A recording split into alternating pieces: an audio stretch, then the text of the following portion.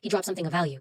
Whereas people think like, I have to talk because everyone tells me I have to talk, make my voice heard. No, shut up. And if you're silent, then you're not valued. That's what people think. They think, Right. you didn't add anything. Right. But you didn't take anything away either. Yes. I will tell you this too, Stephen. When I go to meetings, or sometimes I go to meetings, and if I'm the dumbest person in the room, I'm the happiest person. Mhm. That's the one time where I'm happy because I'm thinking, wow, look at all these smart people around me, and I get to be part of this. I get to listen. I love to sit back and listen. There's times I just had a meeting with like my scripted agent, with Sylvie, with my manager about some TV project, and I knew enough to know to say, they're like, hey, Evie, this and this, and I said, you know what? This is space I don't know.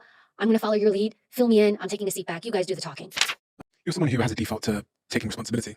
You know, like the opposite, I guess, of taking responsibility is becoming a victim, which we talked a little bit about before we started recording. But people don't like taking responsibility. It almost is like holding a mirror up to yourself. It's much easier to go through life blaming the world, blaming the government, blaming circumstance, luck, parents, the guy that did it to me, my ex-boyfriend, my ex-husband. It's a much easier way. It's a much more comfortable way to exist within your mind for most people, for a lot of people.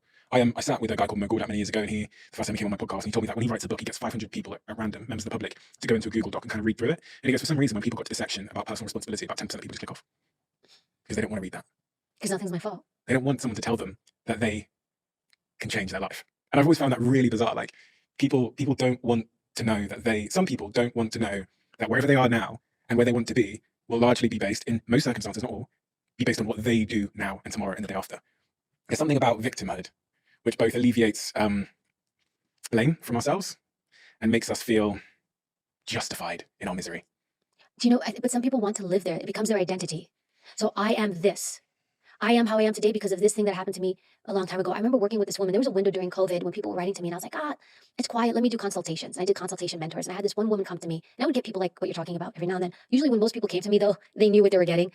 But I would have people come to me that just wanted me to validate that somebody else did this to you, or you're okay to feel this way. This one woman came to me. She was a therapist. And she came to me, and she told me about some hardship she had when she was young. I think what she had was she grew up with no money. It was very traumatic.